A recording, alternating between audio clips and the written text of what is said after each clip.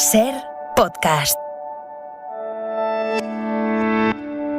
Hola, ¿qué tal? Buenísima semana de cine con opciones para todos los gustos. Tenemos una sátira del mundo del cine y el arte con Penélope Cruz, Antonio Banderas y Óscar Martínez. Competencia oficial, derrocha mala leche y es divertidísima.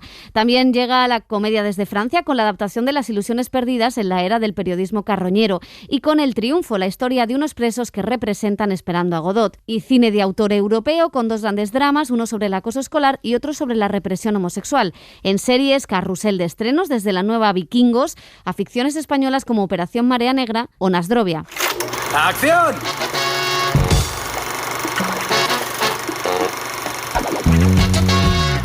El cine en la Ser con Pepa Blanes.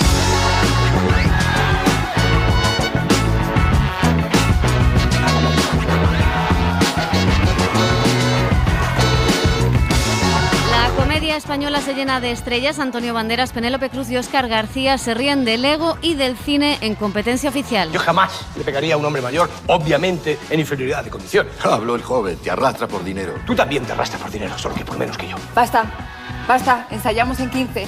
Se suman esta semana dos comedias francesas. Una es Las ilusiones perdidas, favorita para los César, una disección de los orígenes del periodismo basura en la época de Balzac. En el nombre de la mala fe, de los falsos rumores y de la publicidad, yo te nombro periodista.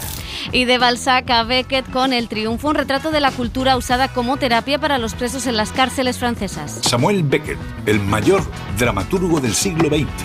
¿Está muerto? Murió hace 30 años. Esperando a Godot es la obra maestra del teatro del absurdo. El cine se empeña en mostrar las realidades y conflictos íntimos. Lo hace con El acoso escolar en un pequeño mundo, que ganó el FIPRESCI en Cannes. Le prometí que no lo diría. Claro, no se lo diré. Cuéntame, dime. Es que tiene problemas con unos niños del cole. También por Cannes pasó Great Freedom, triunfadora en el Festival de Sevilla, película austriaca que cuenta la represión gay en la Alemania nazi y en la Europa democrática de posguerra. Nos vemos de nuevo. ¿Sigues aquí? ¿Y tú? ¿Sigues siendo un pervertido? Y vuelve a los cines El Padrino, la obra maestra de Francis Ford Coppola, en plena semana de traiciones en la política española. Luca Brasi le apuntó a la cabeza y mi padre le dijo que podía elegir entre sus sesos y su firma al pie del contrato. Y en televisión tenemos dos nuevas series españolas, segunda temporada de Nasdrovia y el estreno de la miniserie Operación Marea Negra. ¿Qué tipo de embarcación? Un semisumergible. Completamente equipado. Hace tiempo que los utilizan en el Caribe y les funciona muy bien. Son muy seguros. Cruzar el Atlántico en un semisumergible.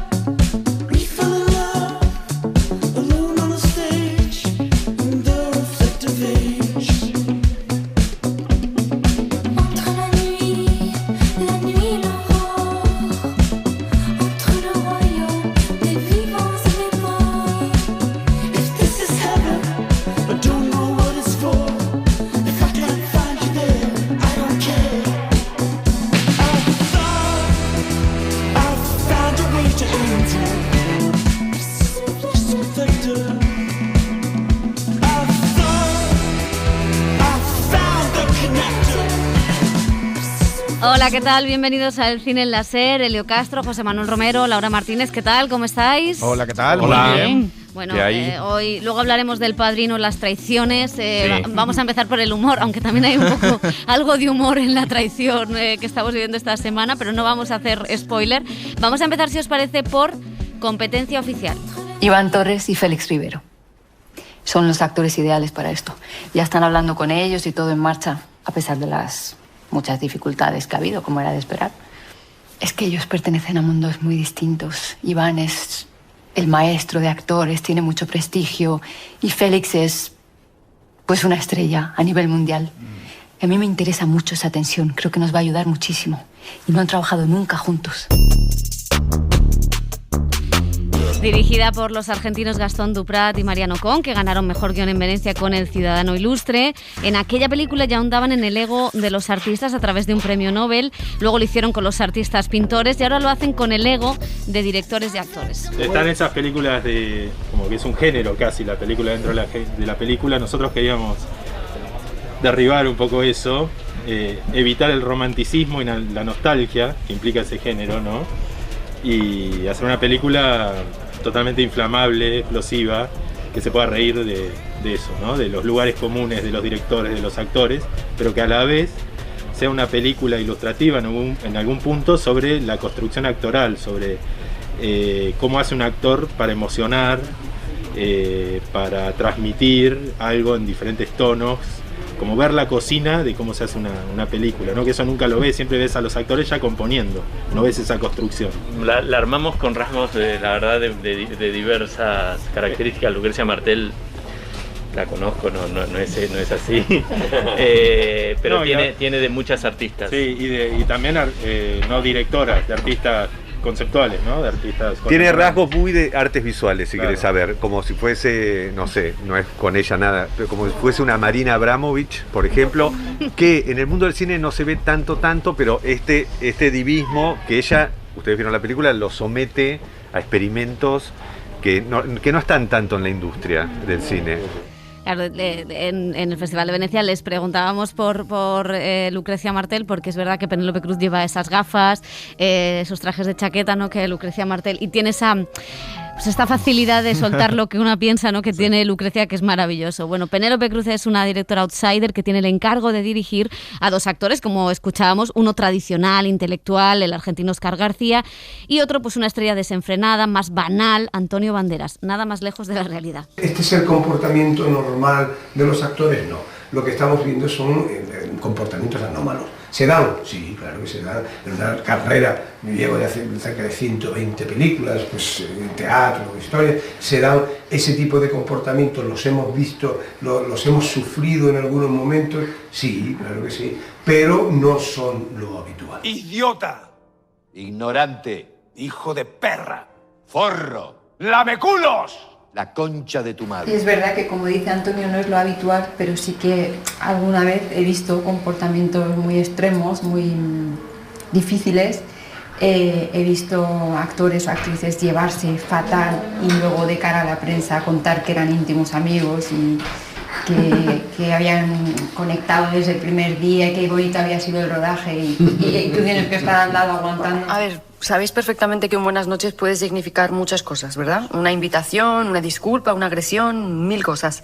Aquí, ese buenas noches debe decir: ¿qué cojones ha sucedido para que me llame la policía a mi propia casa a las 11 de la noche? Un personaje como el mío, que aparte que está como un cencerro, es un personaje sin filtro, un personaje que le da igual lo que piensen los demás de ella, un personaje que toca también un tema importante, le vale cuánto hay que sufrir para intentar crear algo interesante, ¿no?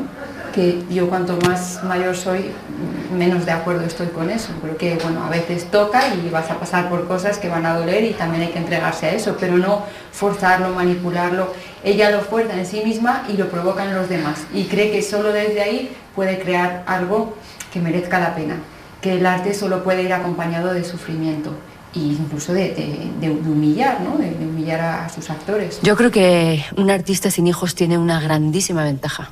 Puede crear de una manera libre, sin miedo. Cuando hay hijos, hay pánico. Si a mí me tocara una directora como Lola, yo renuncio. No tengo la menor duda. No tengo la menor duda. Porque yo puedo respetar, yo puedo respetar que ella crea, qué sé yo, que el personaje de una manera y yo creo que soy de otra, o transitarlo de alguna manera en una dirección o en otra. Todo eso es, ahora, el trato, el someterte como persona, el humillarte, como acaba de decir Penélope, eso no lo toleré ni a los 20 años. Yo jamás le pegaría a un hombre mayor, obviamente en inferioridad de condiciones. Habló el joven, te arrastra por dinero. Tú también te arrastras por dinero, solo que por menos que yo. Basta, ensayamos en 15. Pedro, por ejemplo, es un director que si toca, hace 17 tomas, pero que si la cosa está bien, a la segunda, a la tercera, se queda a cámara. Por ejemplo, en las últimas películas que hemos hecho con él, de hecho es más un director de 3-4 tomas, pero que cuando hacen falta 17 o hacen falta 10, es que yo soy la primera que digo, no, es que cómo vamos a pasar a lo siguiente. Pero hemos visto cosas. Yo estaba contando antes a un compañero tuyo de un director, no puedo decir quién es, que en una conversación que tuvimos para para rodar juntos, me preguntó si yo me iba a comer la ropa si no me gustaba, la ropa que él me proponía para el personaje. Lo cual es absolutamente lógico. Pero ¿cuántas veces le pregunté? 5 es, ¿pero tú te refieres a comerme la ropa? Sí, que si te la comes, si no te gusta, para no ponértela. Y me decía que era porque otra actriz lo había hecho mucho y él se iba corriendo con la ropa por el bosque y él la perseguía y ella se comía la... Sí, exactamente. Yo, o sea, si yo pudiera ver mi cara en ese momento escuchando... Y fue tal cual, él no estaba de broma. Y ha habido momentos que me han pedido hacer cosas y las he hecho, yo soy un poco insensato, cosas muy peligrosas. A mí me ha explotado había una escena en una película donde yo iba corriendo por encima de unas minas y el director, que era un tipo loco, quería que ese fuego viniera muy cerca de mí. Y él agarró el mando de los botones que iba explotando y la última carga me explotó, que me dejó sordo 2 semanas y me quemó la mano. Y esas cosas sí las he vivido, con locos, sobre todo en el cine de acción. Bueno, no sabemos si fue director del Zorro o qué director le hizo hacer esas cosas. Bueno, competencia oficial, ya hemos escuchado a los protagonistas, a los directores, hemos escuchado un fragmento de la película. Es verdad que es una comedia que se mete en el mundo del cine muy alejada, Elio, de La Noche Americana o de 8:30, no tiene nada que ver, es mucho menos intensita. Sí, bueno, esas otras películas que tú has mencionado quizá se quedan en la nostalgia, la épica, el sueño del cine, el sueño de la creación, y esta es, pues eso, una sátira, una ironía sobre hasta dónde llegan estos egos de los dos actores y de la directora y también del productor, ¿no? Que quiere pasar a la posteridad porque produce en una película que tiene a Roures como productor. En una película que tiene a Roures, al buen patrón como productor, al buen patrón de los medios de comunicación en España.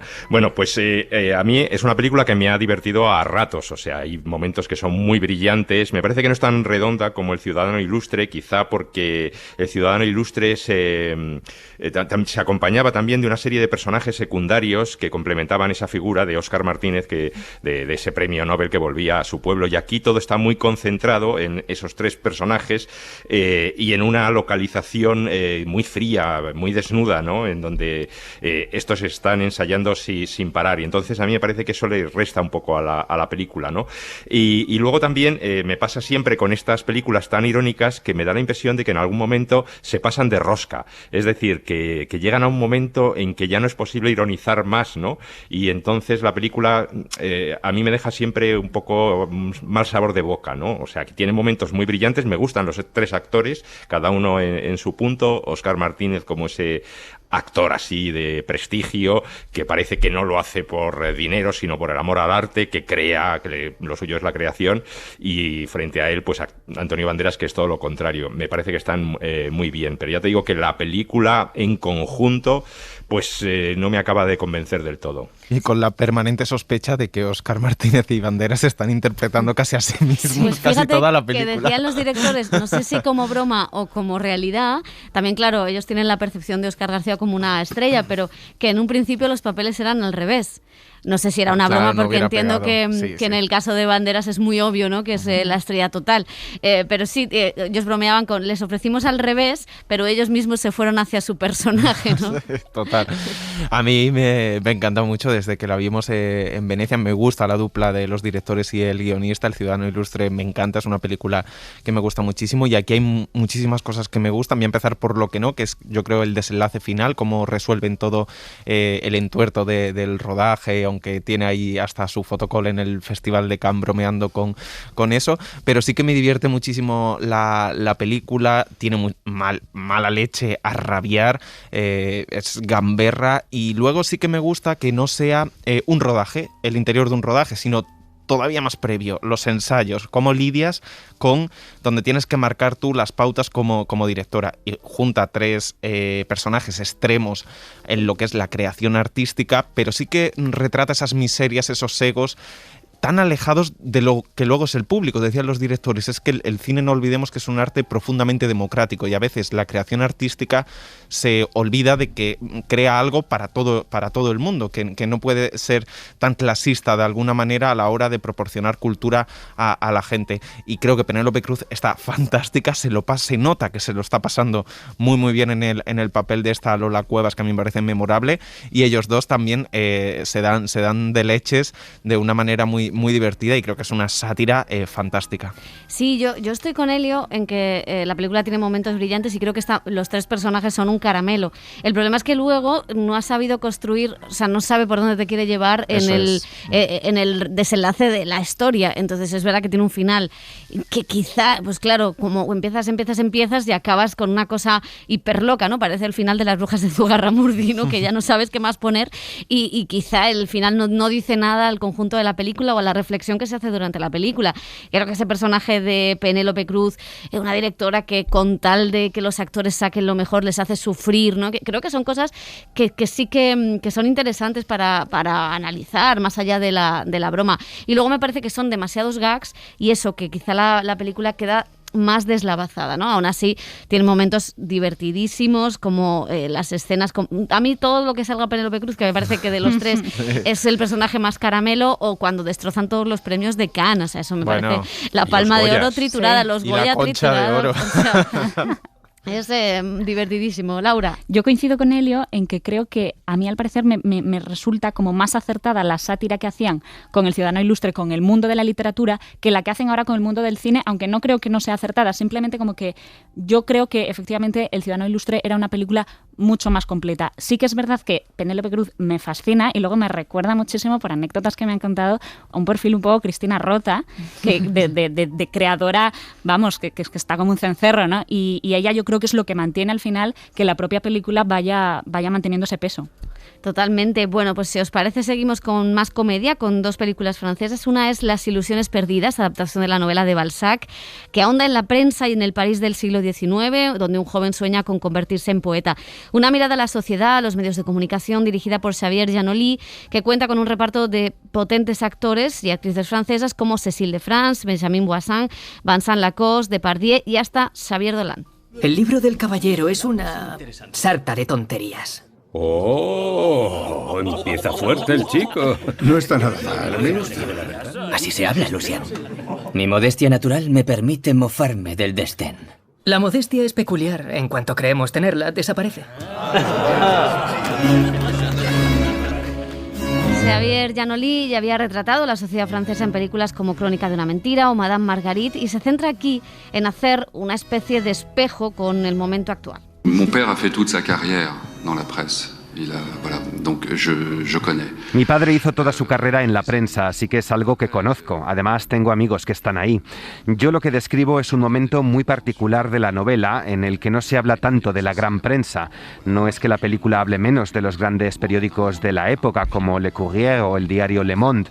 Se trata de un momento en el que hay una forma de liberalización económica de la prensa y aparece un montón de pequeños diarios en el que los patrones de la prensa comprenden que la influencia se va a convertir en un poder económico y que ese movimiento se va a inscribir en otro aún más grande de mercantilización del mundo, de las ideas, de la opinión. Monde, des idées, de l'opinion.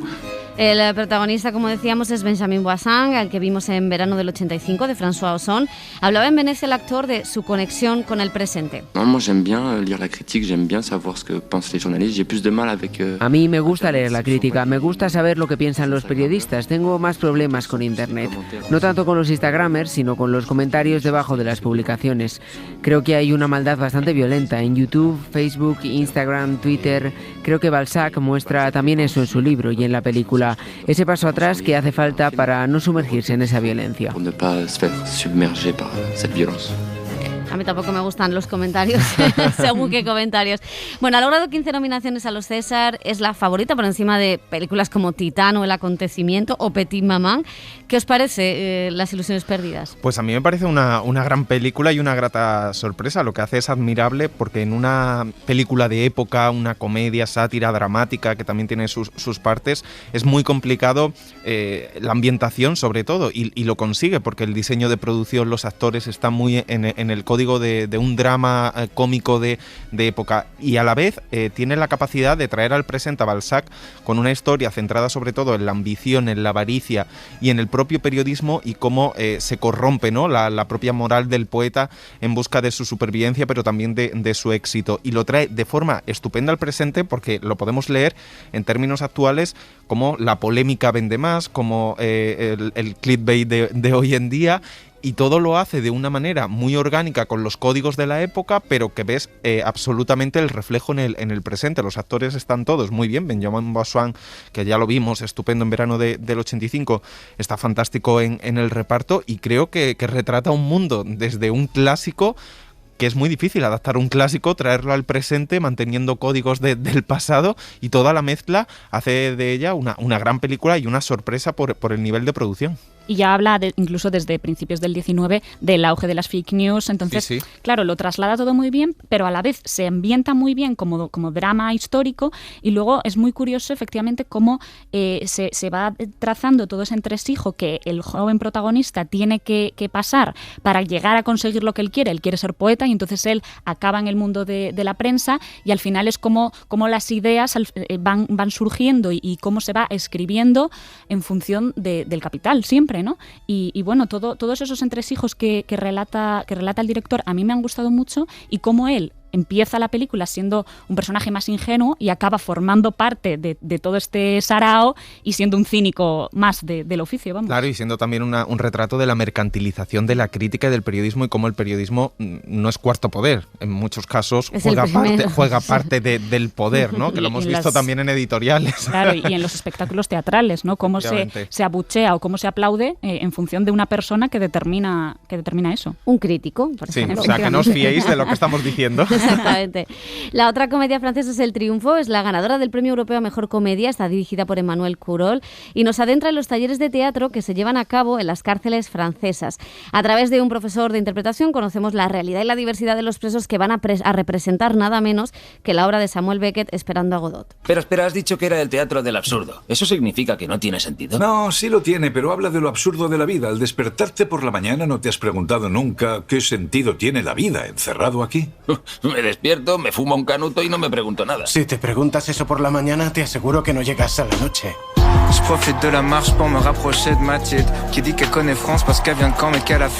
En España estuvieron presentando la película el director, pero también la directora del programa cultural penitenciario francés. L'imaginaire du public sur la prison, c'est la télé et le cinéma. El imaginario que el público se ha creado es a partir de las cárceles americanas. Todo el mundo va con el mono naranja, van al comedor en fila a comer juntos, se intentan matar entre ellos en el patio, cuchillada por aquí, cuchillada por allá, pero en Europa las cárceles no son así. Lo que intenta mostrar la película es que la cultura tiene un lugar muy importante en ese mundo. La culture en prison, ça existe tous les jours et c'est possible. C'est mon travail tous les jours de démonter les a priori sur le monde carceral. Mi trabajo diario es desmontar los clichés, las ideas preconcebidas que la gente tiene de las prisiones, tanto dentro como fuera. Al trabajar en el mundo cultural de la prisión puedo enseñar con las obras de teatro que no solo es un mundo pequeño, restringido, lleno de violencia y agresiones, de tristeza y sufrimiento. A través de la cultura puedo interrumpir el recorrido de delincuencia de los presos. A la vez, al preso la cultura le ofrece la posibilidad de reinserción, de ver que no está condenado a una vida, sino aprender que hay otras vidas. La cultura le aporta la esperanza, le abre las puertas. Vraiment fundamental. El propio Beckett decía que Esperando a Godot es una comedia. Quería utilizar ese género para mostrar a la gente de la cárcel. La comedia te ofrece una mayor variedad de sensaciones y sentimientos para mostrar que estos presos no son diferentes a nosotros. Saben reír, llorar, sufren y disfrutan igual que nosotros. Simplemente, en un momento de su vida, han tomado un recorrido diferente. La comedia es útil, es una forma más de desmontar los estereotipos.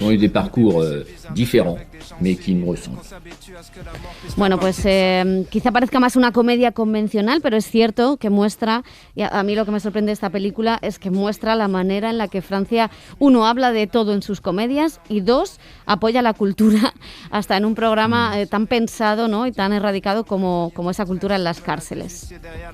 Sí, había otras películas que también hablaban del teatro en la cárcel. Por ejemplo, en España, El patio de mi cárcel, de Belén Macías, o los hermanos Taviani, hicieron César debe morir, ¿no? Que era una representación de Julio César, una película que a mí me gustó también mucho, ¿no? Y que jugaba también con esa realidad de entre la obra y lo que se vivía en las cárceles. Y aquí también es una película muy entretenida, que está muy bien, que como dices tú, pues tiene momentos de humor, pero sobre todo te hace reflexionar de la importancia que tiene la cultura y el teatro, no solamente para, en este caso, los presos que están cumpliendo una condena, sino que todos en nuestra vida, pues de alguna manera tenemos una condena, y el teatro y la cultura nos sirven para liberarnos de ella, la importancia de eso, ¿no? Y cómo el teatro pues te ayuda a escaparte prácticamente de todo. Yo siempre hablo con los actores de la importancia del teatro en la escuela, ¿no? Que debería ser casi una asignatura, porque te enseña, además de literatura, además de cultura, te enseña a expresarte, a quitarte los miedos, a quitarte los prejuicios sobre ti mismo, y a ponerte en el lugar del otro, claro. Claro, ponerte en el lugar del otro, de hacer una actuación conjunta, de saber esperar que el otro te dé la réplica, en fin, todas una serie de cosas que yo creo que son muy, muy, muy importantes. Y la película, aunque tiene todos los esquemas de este tipo de films, salvo un final sorprendente que no vamos a decir, pero creo que merece la pena verse. Sí, es un planteamiento interesante. Está basada en una historia real o inspirada en una historia real que pasó en los años 80 en Suecia, cuando todavía no había muerto ni siquiera Beckett, y representaron en más de 80 funciones, y el propio Beckett dio el ok, por así decirlo, ¿no? El visto bueno a que Esperando a Godot se utilizara de esta manera, porque tiene que ver, de hecho, pues la espera, el absurdo, ¿no? Con esa espera paciente del propio preso en la cárcel en busca de esperanza. A mí sí que tiene momentos que me gustan, creo que está bien adaptada al contexto actual de Francia por la diversidad de los presos, las historias. Claro, como a través de la cárcel te muestra una Francia que no es la de la copa de vino, ¿no? Eso es, tampoco es una película que busca la luz, entonces no se regodea en lo que hemos visto ya 50, como decía él, en las cárceles americanas, que es el imaginario que nos ha llegado, no se regodea en la oscuridad de las cárceles como un lugar, sino que las plantea como un lugar bullicioso, ruidoso, pero también luminoso, donde hay mucha humanidad, y también acaba mostrando de forma más o menos sutil, pero todas las partes. También pues la posición en la que están los guardias, la posición en la que queda la jueza cuando tienen que tomar decisiones. Lo único que no me acompaña, mira que me gusta Kat Merat, el protagonista de Barón Noir para el gran público, pero sí que su personaje... Su historia personal, ¿no? Siempre está bajo la duda, porque no sé si lo hace por amor al teatro real o por un ego desmedido de actor herido. Bueno, que eso también es interesante, ¿no? Nos conecta con competencia oficial. Vamos a seguir con lo francófono, porque se estrena Un pequeño mundo, de la directora belga Laura Vandel. Es una historia íntima que sitúa la cámara a la altura de dos niños, dos hermanos, en un colegio donde uno de ellos sufre acoso. Un retrato de las dinámicas de violencia y opresión. Señorita Agnès. ¿Sí? Están pegando a mi hermano. ¿Qué pasa aquí? Yo, vale. ¿Qué estáis haciéndole? ¿A ti qué te importa? ¿Qué es lo que me has dicho? Que no eres nuestra profe y no nos mandas. A mí no me hables así. Ahora mismo nos vamos tú y yo a charlar todo el recreo. ¿De qué? ¿Del tiempo? ¿Qué pasa aquí? Le ha pegado a Abel. Yo qué sé. Me dice que le he pegado y es mentira. No he hecho nada.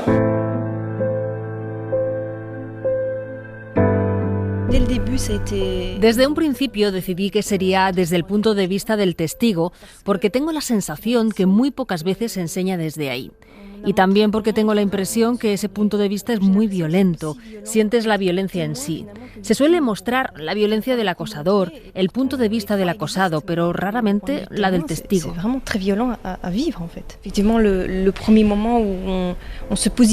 En el patio del colegio aprendes a posicionarte, a ocupar tu sitio, y eso es lo que he intentado mostrar. No solo ocurre en este microcosmos, hay una necesidad humana de integración al otro.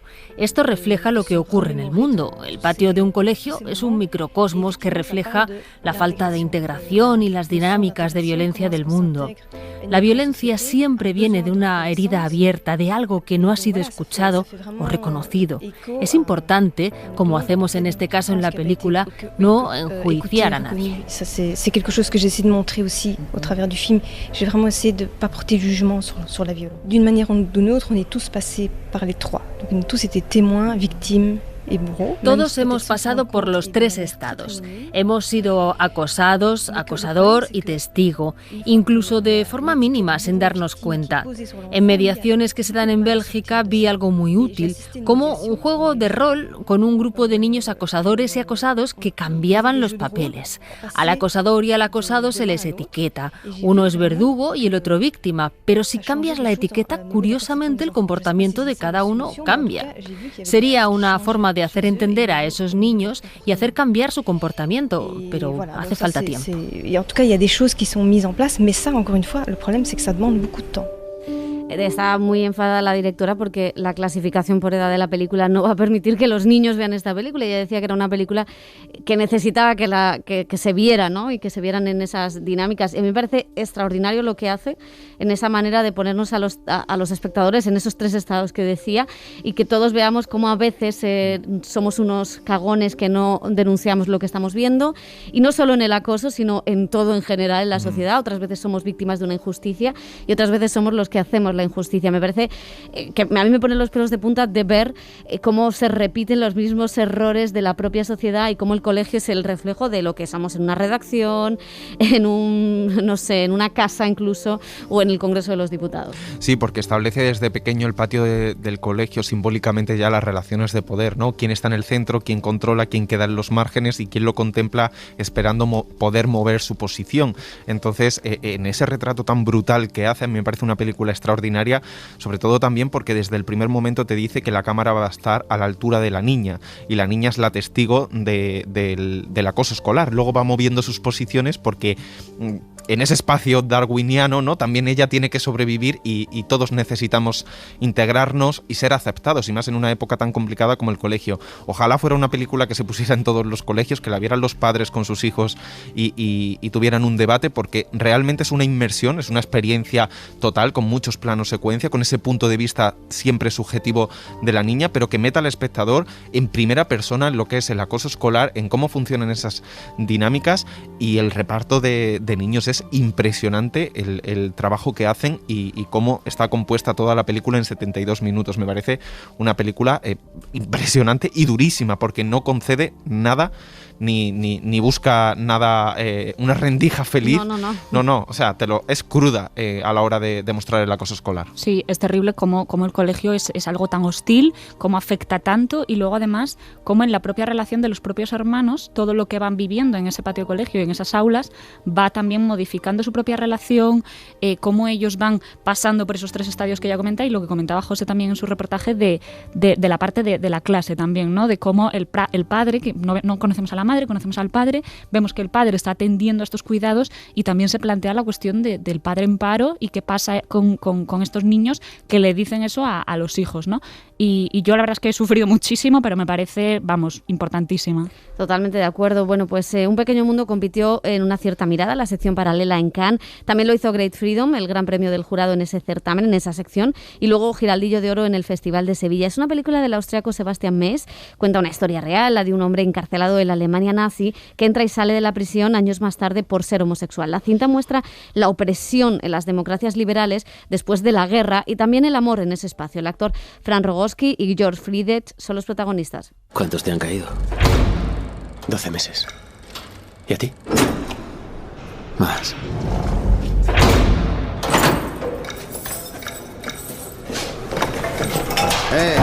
No quiero maricones conmigo. Nos vemos de nuevo. ¿Sigues aquí? ¿Y tú? ¿Sigues siendo un pervertido? En Sevilla hablamos con el director sobre esta historia y sobre los peligros de la Europa actual ante un retroceso en derechos. This was a result of the law, and this was a result of being criminalized. Esta violencia interna es el resultado de la ley y de ser criminalizado por amar. Es una locura. Nos recordaba mucho a 1984, ese mundo distópico en el que se podía mandar a la gente a la cárcel por amar, cosa que nos parecía muy rara.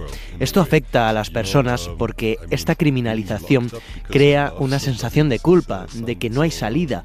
De hecho, la tasa de suicidios subió un montón, o incluso la gente lleva una vida falsa, se casa y oculta su condición por eso. Trabajamos mucho con Franz en esa disociación de cuerpo y mente. Se puede encarcelar al cuerpo, pero no se puede encarcelar a la mente. El cuerpo puede estar condenado a un espacio oscuro y estrecho, pero la mente no, al revés. Estamos condenados a ser libres.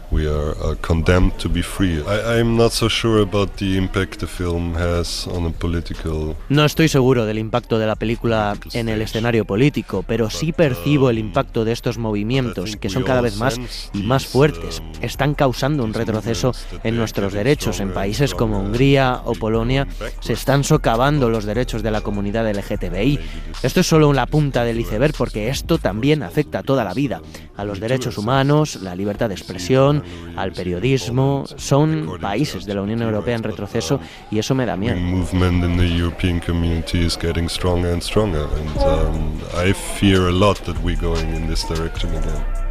Bueno, pues Great Freedom, que se pensaba que podía ser una de las nominadas al Oscar a Película Internacional, no fue así, pero ha sido una película que ha tenido muy buenas críticas. Sí, pasó el corte final, igual que Un pequeño mundo, por Austria, y nace un poco de la extrañeza. Aquí en España a lo mejor no tanto, porque tuvimos la ley de vagos y maleantes y la conocemos. Sí, después de la Guerra Mundial seguimos tuviendo dictadura. Claro, y luego se reformuló, incluso en democracia. Es una ley que tengo entendido que se derogó en 1995, aunque no se aplicó ya a partir de los años 80, pero sí que esa persecución, esa represión homosexual pasó muchísimo tiempo después ya del periodo de la dictadura y en plena transición democrática. Y eso es lo que cuenta la película en tres épocas, en los años 40, 50 y 60, donde un preso obstinado, Franz Rogowski, que es impresionante lo que hace porque es uno de los mejores actores europeos en la actualidad, ya lo vimos en Ondina, pues va entrando y saliendo de la cárcel porque él se niega a dejar de amar o a dejar de tener relaciones con hombres porque entiende esa tensión entre cuerpo y mente y es maltratado y vejado. En esas interacciones en la cárcel pues va conociendo a distintos hombres y cada uno de ellos pues representa una historia, ¿no? Uno pues perseguido, que es un maestro perseguido, otro porque acaba mal por la propia homofobia interna y se va tejiendo una historia de amor. Visualmente no tiene nada, pero sí que te mete en la prisión y en esa opresión que sufrieron en esa época. El cine en la SER con Pepa Blanes.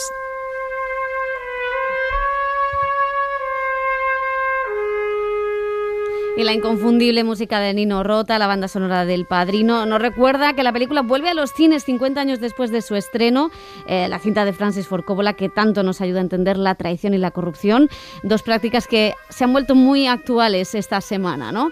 Así que yo creo que lo vamos a dejar aquí sin más símiles ni más tal. Gracias, Helio, gracias, Laura, gracias, José. Seguimos la semana que viene. Adiós. Adiós. ¿Qué va a ser de mí, Padrino? No sé qué hacer. No sé qué hacer. ¡Aguantar como un hombre! ¿Qué demonios te pasa? Es que lo único que te han enseñado Hollywood es llorar como una mujer. No sé qué hacer, no sé qué hacer. Eso es estúpido, ridículo. ¿Vives con tu familia? Sí, claro. Bueno, porque un hombre que no vive con su familia no puede ser un hombre. Ven aquí. Tienes mal aspecto. Debes cuidarte. Quiero que te olvides ahora de eso. Hollywood te va a dar todo lo que le pidas. Ya es tarde, empiezan a rodar la semana que viene. A ese Walsh le haré una oferta que no rechazará. El cine en la SER con Pepa Blanes.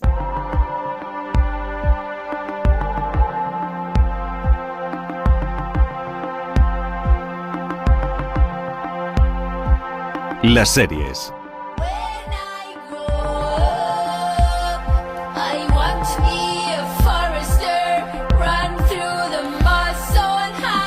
Dani Garrán, parece que nos vayamos a ir a Ibiza a vivir la vida loca. Yo estaba pensando un poquito más en Noruega, ahí en unos fiordos. Esta cosa chill out, yo las tanchungueiras. Cada uno con lo suyo, muy bien. Bueno, esto es porque viene un spin-off muy esperado, muy esperado, porque si algo funciona ya sabéis por qué no vamos a alargarlo y por qué no vamos a crear un montón de temporadas en el tiempo de las series, ¿no? Ir a lo seguro, que dicen. Ir a lo seguro. Bueno, es Vikingos Valhalla.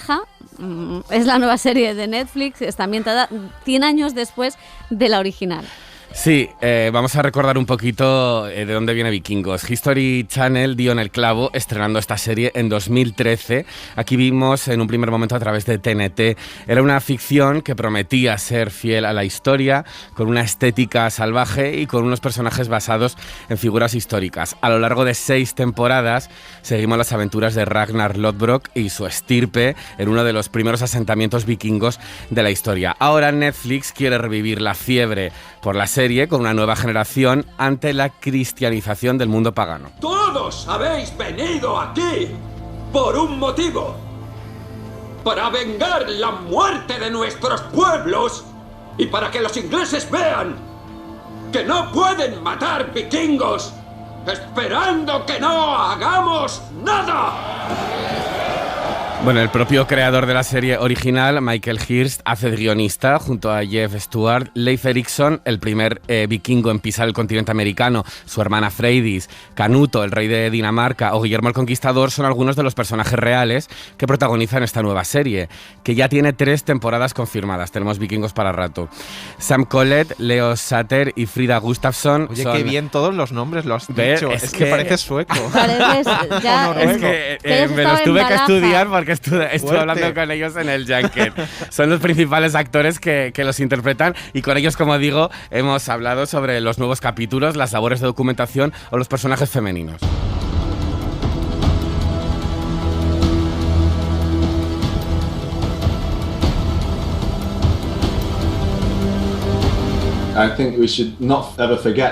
No debemos olvidar que estamos contando una historia, que es drama, no es un documental, pero al mismo tiempo la serie es muy auténtica históricamente. Los productores y los guionistas han invertido mucho tiempo en investigación, así que parece muy auténtica. Además, estos personajes existieron e hicieron cosas extraordinarias en su tiempo. Nosotros los honramos y honramos su legado 1000 años después. Esta invasión es para vengar la muerte de nuestra gente. Todos eran vikingos. Yo no hago diferencias entre paganos y cristianos. Pero yo sí, y me niego a pelear a su lado. Mi Señor y Salvador, Jesucristo, nunca aprobaría tal unión. Eso sería un sacrilegio, condenado al fracaso. No son documentales. No buscan ser específicamente historias, pero están muy basadas en eventos históricos. Lo que hace es alentarte a googlear cosas. Investigas qué pasó en la serie antigua, ves el episodio y vas a Google. ¿Esto pasó de verdad? Pasa lo mismo con The Crown y la historia en la que está basada. Eres consciente de que es una dramatización, las cosas están mezcladas y presentadas con una intención de entretener, pero también tiene una intención de enseñar. Mi esposo era muy devoto, como tú. Cuando vieron que sus hombres y él tenían fe en los viejos dioses, les ordenaron convertirse. Él se negó. Los cristianos decidieron dar ejemplo y le torturaron ante sus hombres, confiando en que su sufrimiento les animara a cambiar de fe. Tuvo el efecto contrario. Uno a uno los mataron a todos. Cuando ves una serie de acción, raramente encuentras que las mujeres sean las que hacen que la historia avance. Por lo general suelen ser un objeto lujurioso para los hombres. Después de leer la historia y entender el alcance del arco de la primera temporada, sentí que quería formar parte de ella. Son las mujeres las que impulsan la historia. Freydis llega exigiendo justicia y venganza. Ella es capaz de hacer su viaje por sí misma, de enseñarnos la nueva trayectoria de su vida. Creo que es bastante raro que tengas a estos dos personajes femeninos increíblemente fuertes y también trabajando juntos. No estamos contando una historia sobre mujeres que se derriban unas a otras. Estamos contando una historia sobre mujeres y empoderándose entre ellas. Y eso es asombroso. Los vikingos hemos viajado más que muchos. Atacando, sí. Y también comerciando. Aquí verás agentes de distintas culturas y religiones, más que en ninguna parte. ¿Y no os dan miedo esas religiones? Mírame. Mi abuela procedía de una gran familia de África. Mi abuelo se enamoró de ella en Alejandría y la trajo aquí. Su hijo, mi padre, Se convirtió en un guerrero aún mejor. Y ahora, yo gobierno Kattegat. Todo es posible si estamos abiertos a ello. Es increíble estar juntas en una historia donde lo importante es la historia. No se trata de los personajes masculinos luchando entre ellos, se trata de creencias, de fuerza, de lealtad, poder y potencia. Eso es raro en un entorno histórico, pero creemos que hace 1000 años personajes como estos podían existir porque las mujeres eran más libres entonces y podían casarse, divorciarse, viajar y matar. Podían ser jefas o reinas. Formar parte de esto es muy empoderador. Cada 9 años hacemos sacrificios a los dioses que nos protegen. Y tú, que vienes de tan lejos, debes ir y verlo por ti misma, antes de que la ola cristiana se lo lleve. ¿De verdad es posible? Hay quien dice que el Ragnarok, el final de los dioses, ocurrirá durante nuestra vida. ¿Y tú crees eso? Tenemos que prepararnos. Jeb and our incredible team of writers. Lo que ha hecho este increíble equipo de guionistas es un gran trabajo de investigación, profundizando en la historia y descubriendo muchas cosas importantes para nosotros. Pero, como se suele decir, no es un documental, no es 100% preciso, pero es auténtico. Sabes que son personajes reales, que son eventos reales y que estamos reinventando la forma en que podrían haber sucedido. Es un honor estar aquí, en el gran salón de Ragnar Lothbrok y su hijo. Comer en la misma mesa que Lagertha y todos los héroes que ha habido. Nos abruma e inspira su legado. Pero ahora nos toca a nosotros hacer historia. Demostrar a esos ingleses cobardes que los vikingos, pese a nuestras diferencias, seguimos siendo un solo pueblo. Hemos trabajado muchos ensayos en el set. Hemos trabajado con un equipo increíble de especialistas, liderado por Richard Ryan, conocido por hacer Troya con Eric Bana y Brad Pitt, y Sherlock Holmes con Robert Downey Jr. Sentimos una gran ayuda en el sentido de que nos cuidaba, pero también nos empujaba. Había algunas escenas de lucha bastante brutales y algunas de ellas muy largas. Esa continuidad y esa implacabilidad en realidad contribuyen en todas las demás facetas del personaje.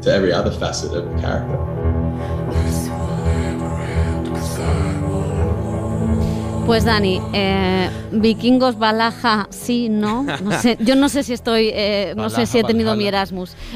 Yo, a ver, a mí Vikingos es verdad que es una serie que me gustó mucho en su momento. Creo que las últimas temporadas desvariaba un poco, ya cuando empezó a convertirse un poco más en un show, en una serie un poco más mainstream, y esta empieza ahí, en ese mismo punto. Entonces, yo creo que a los fans les va a gustar. Es verdad que no tiene personajes tan icónicos, ¿no? Como Ragnar, como el personaje de Travis Fimmel, que lo daba todo por él, y cuesta un poquito entrar, pero creo que hace una cosa muy bien, y es presentar a los personajes femeninos desde el principio como se merecen, o sea, con unas tramas reales, con unos personajes reales y no como acompañantes de los masculinos, que era el hándicap que tenía la primera serie, y ya solo por eso yo creo que se merece un visionado. Bueno, pues de los vikingos y sus batallas vamos a pasar a un regreso nuestro. Nasdrovia, la comedia española sobre mafia rusa, estrena su segunda y última temporada en Movistar Plus.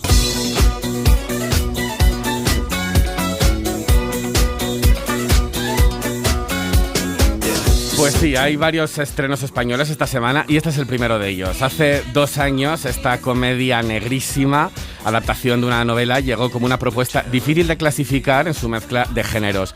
Nasdrovia nos presentaba a Edurne y Julián, 2 abogados en plena crisis de los 40 que se meten tan de lleno en la mafia rusa que no son capaces de salir. Ahora forman parte de esta asociación criminal de la que son asesores legales. No podemos tener todos los días la misma conversación, Edurne. Esta vez es distinto, Julián. Voy a recuperar mi vida y ya está. Perfecto. ¿Llamas tú a Recursos Humanos de la Tamboscaya o lo hago yo? Vale. La señora del Quinto ha aceptado por fin la oferta. Lourdes. Se llama Lourdes. Solo quedaría un vecino por dejar su casa, pero este va a ser difícil. Este ni siquiera nos ha querido abrir la puerta. Aparte de los inmuebles, necesitamos generar más estructuras solventes que puedan justificar tus ingresos, Boris. Bueno, en esta segunda temporada los creadores Sergio Sarriá, Luismi Pérez y Marc Vigil han querido continuar mostrando las personalidades de los personajes de forma orgánica, explorando ese humor que nace del thriller y huyendo de los chistes y de las risas enlatadas. Hablamos con ellos sobre esta nueva forma que tienen de hacer comedia. Al principio era una comedia con tintes de thriller y ahora es un thriller o una película una serie de gángsters con tintes de comedia, creemos. Con lo cual, la comedia salía de cosas naturales de los personajes. Afortunadamente se está permitiendo a la comedia ir por otros sitios, porque si no creo que lo que ocurría era que era demasiado previsible. Ahora la virtud que se tiene es que al explorar por esos otros caminos nunca sabes exactamente qué puede ocurrir. Lo que pasa es que es fruto también, entiendo, de la oferta tan ingente que hay.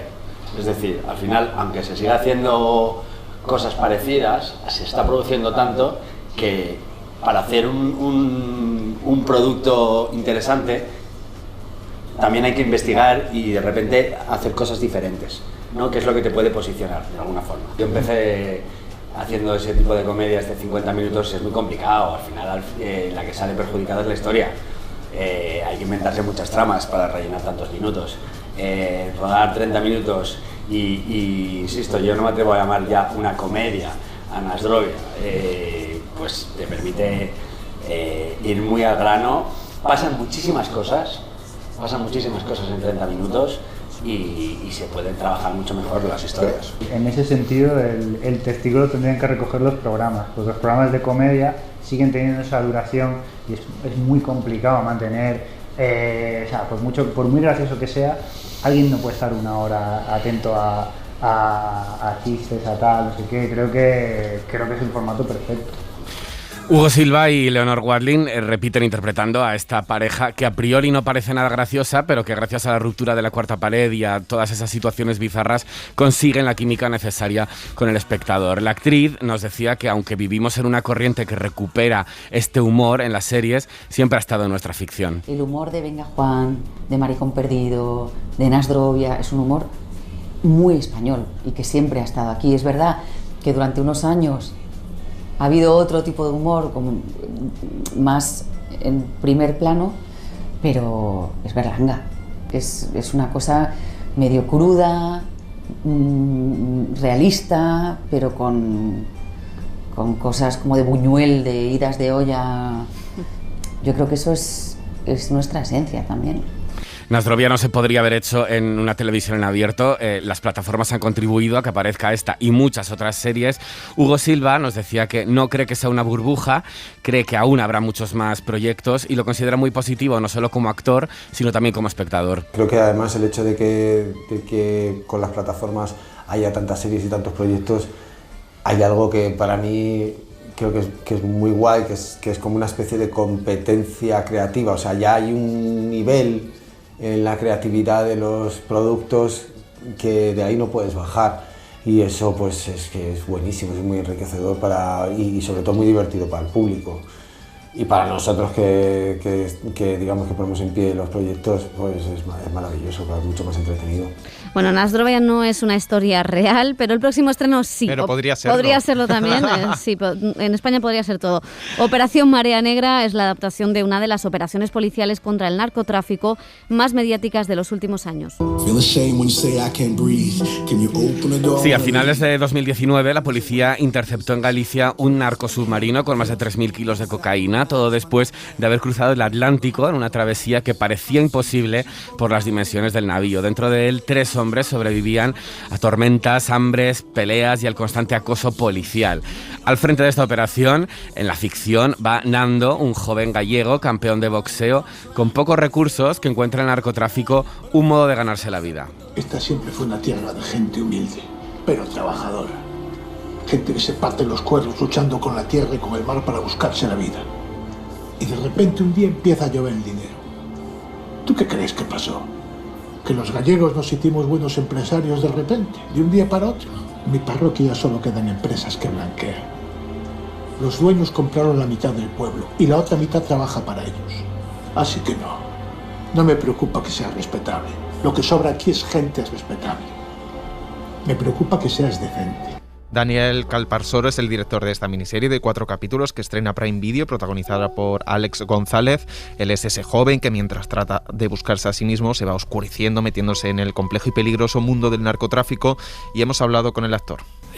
A mí lo que me parecía interesante del personaje de la historia es como un personaje que se está buscando a sí mismo a través de los demás, se termina encontrando su talento de verdad en el lugar menos pensado, en el momento menos pensado, que es en mitad del océano Atlántico. Se da cuenta de que eso que está buscando a través de los demás lo tiene él, lo lleva dentro, tiene una fuerza y un héroe que de repente se encuentra en ese momento. Todo esto enmarcado narrativamente en algo de denuncia que lo que está haciendo no está bien, evidentemente, y que los verdaderos héroes son la Guardia Civil que interceptaron este cargamento. Antes de estrenar Operación Marea Negra, Alex González se incorporó a la segunda temporada de Toy Boy, que se ha estrenado recientemente en Netflix. En ella, muchas de las escenas son sin ropa, al igual que hacemos con las actrices, con las mujeres. Pues también le hemos preguntado, queríamos saber si los actores se sienten, o se ha sentido él en algún momento incomodado, o si se siente sexualizado. Ha habido momentos de mi carrera que a lo mejor me ha, entre comillas, molestado, porque me parecía que igual no estaba justificado o no. Ahora mismo la verdad es que no lo pienso tanto, ni siquiera. Antes un compañero también me ha preguntado por esto en la serie y he tenido que hacer memoria porque ni siquiera recordaba que había una secuencia de sexo, que la hay, pero vamos, es como como la historia está tan clara y la importancia de la historia que se ve claramente que está a favor de la historia. Que es verdad que quizá en otros proyectos se busca más ganar a un público a través del sexo o de enseñar un cuerpo. Esta serie, la historia que tiene es tan potente que no necesita apoyarse en esas cosas. Es cierto, en esta llevas razón, pero bueno, luce bastante musculito todo el rato. Alex González ha tenido, abro comillas, que aprender, cierro comillas, muy entre comillas, a poner acento gallego para interpretar a su personaje, pero ha estado muy bien acompañado de 2 actores de gallegos de pro de la zona para ayudarle. Luis Zaera y Nerea Barros también participan en la miniserie, son divertidísimos, y desde aquí lanzamos un llamamiento. Si algún guionista está pensando en adaptar lo que está pasando últimamente en España, en la política, tenemos el actor perfecto para hacer de Feijóo. La serie sobre Feijóo va a durar, tío. Yo creo que la serie que vamos a hacer sobre Feijóo, tío, yo creo que ahí... ¿Cómo se llamaba? En lo que el tiempo llevó. Tómate tu tiempo, se va a llamar. Eso. Es que soy el nuevo Feijóo. Soy el Feijóo de la ficción. Lleva toda la mañana diciendo se parece a Feijóo y está haciendo un personaje basado. Hombre, le van a dar el papel de su vida, le van a dar el papel de su vida. Le van a dar el papel de su vida. Bueno, nunca se sabe qué decir, no se sabe. Pero ya tenemos candidato y se parece un poco. Sí. Muy bien. Bueno, brevemente, Operación Camarón, Nasdrovia. Camarón.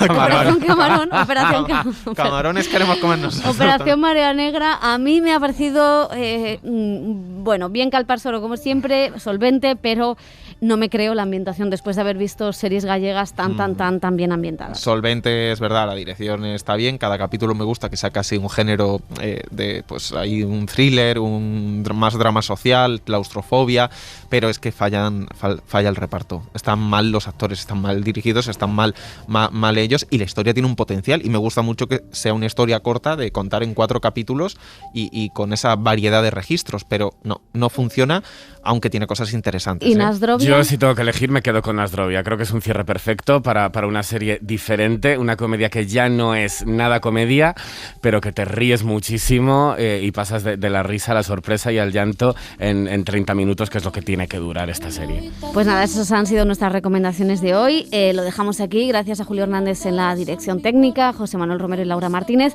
Volvemos la semana que viene. Adiós. Mares desbordados, el descaro del deseo vive aquí, roza mis labios. Libertad al descubrir por mí misma mis pecados. Muros vienen hacia mí, símbolos de mi pasado. Déjame perderme aún y que pasen muchos años. Esta edad hace de mí un secreto y sus peldaños. Si te miro a los ojos, si comprendo el silencio, si me lo has dado todo, abandono mis miedos. Si lo extraño nos une, si lo propio es misterio, si el aire es efecto, sucumbo a lo que siento. Tanta vida, tanta vida, tanta vida, tanta vida, tanta vida, tanta vida, tanta vida, tanta vida, tanta vida,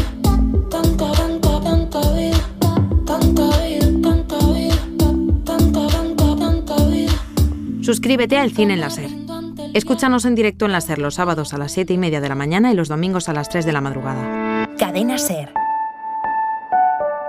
La radio.